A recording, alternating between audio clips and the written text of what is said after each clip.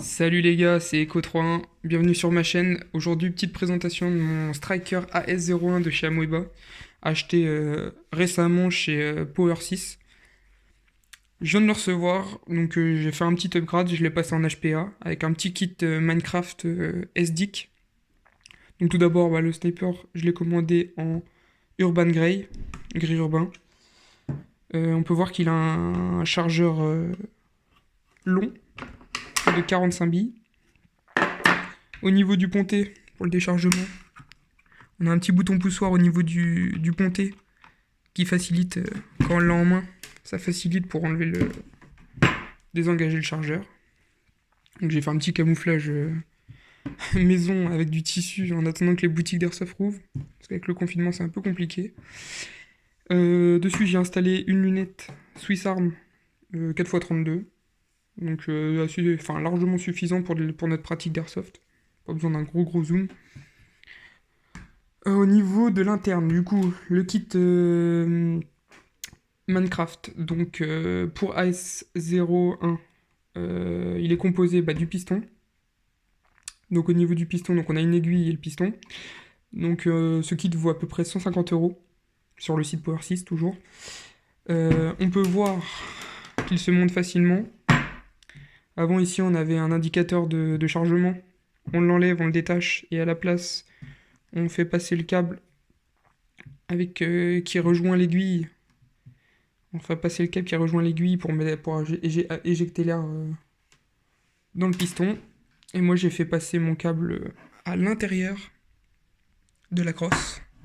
J'ai pris le choix après de le faire sortir en dessous de la crosse. Donc j'aurais pu ouvrir la crosse et mettre mon régulateur à l'intérieur.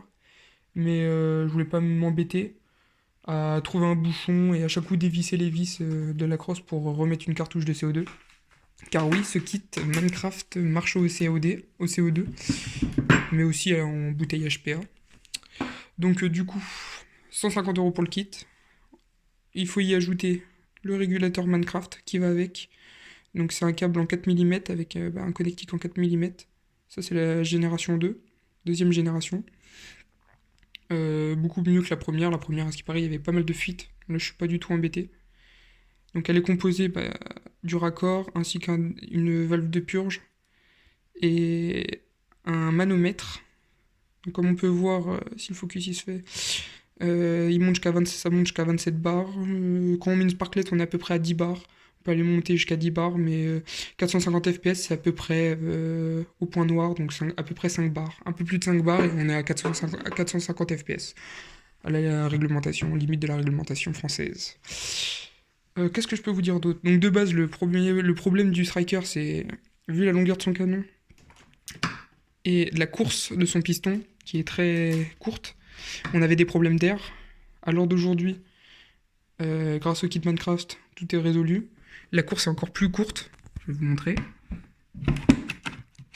Voilà, je suis à fond. Donc c'est vraiment un doigt, comme on peut voir. Donc la culasse aussi, la particularité du S01, c'est que la culasse s'ouvre. Tac.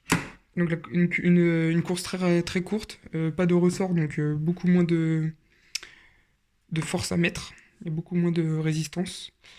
Au niveau du bruit, le HPA fait gagner pas mal de décibels.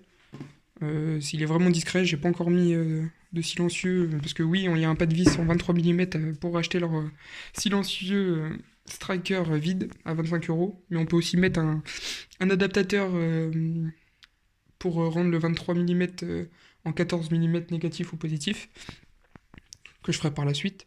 Donc ensuite, donc le manomètre que je vous ai parlé, 75 € à peu près, faut compter. Au niveau pour mettre la cartouche de CO2, il faut un kit de conversion CO2. Donc on met la petite sparklette dans ce tube. Si elle veut rentrer, hop, voilà. Et ensuite on visse. Pas de soucis avec ça, pas de soucis de joint, niveau... tout est... J'ai pas mis de téflon, tout marche bien, tout marche nickel. Donc j'ai pas de fuite pour l'instant à déclarer. J'ai tiré pas mal, enfin j'ai tiré une dizaine de sparklets, rien du tout, ça marche nickel. Bien serré bien serré à cette vis-là, là. Parce qu'au début, on va entendre sinon une petite fuite, mais c'est normal, il faut bien le serrer à fond. Faire attention parce que c'est fragile aussi. Et sinon, il marche nickel, franchement, super content de mon achat. On a une fiabilité après niveau FPS irréprochable. On bouge à 2-3 FPS, grand max. Donc il est vraiment stable, les FPS sont stables. Et on peut les régler à n'importe quelle puissance. Ça, c'est un plus. Sinon, au niveau d'upgrade que j'ai fait à l'intérieur, donc j'ai changé le bloc up. J'ai mis un bloc up AAC. Au niveau du canon de précision, c'est un canon aussi AAC 601 type VSR 550 mm. Au niveau des barrel spacers, c'est un peu compliqué sur la S01, donc j'ai pris des barrel spacers de VSR que j'ai usiné moi-même, enfin modifié. Et enfin que j'ai remodifié les barrel spacers du VSR. J'en ai rajouté un avec un bouchon que j'ai fait moi-même avec du scotch, ce qui marche très bien, et de la chambre à air. Puis ensuite, pour finir, j'ai mis un joint Maple Leaf Decepticon 60 degrés à l'intérieur.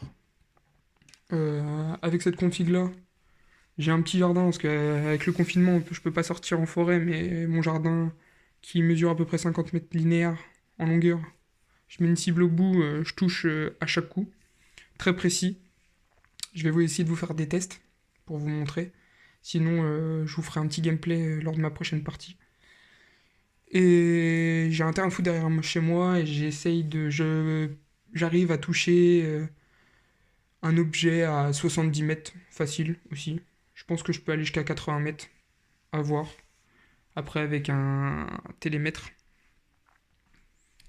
Mais sinon, je suis vraiment content de ce petit bijou que j'ai monté. Franchement, ça change, on n'en voit pas beaucoup. Il y en a quelques-uns sur YouTube et encore. Et franchement, le look, bon là on voit pas trop avec le petit camouflage fait maison en 2 minutes que j'ai fait, mais sinon il a un look qui change quoi. Voilà, voilà, j'espère que ça vous a plu. Si vous voulez voir la suite de mon histoire avec ce striker en partie, abonnez-vous, likez et on se dit à bientôt.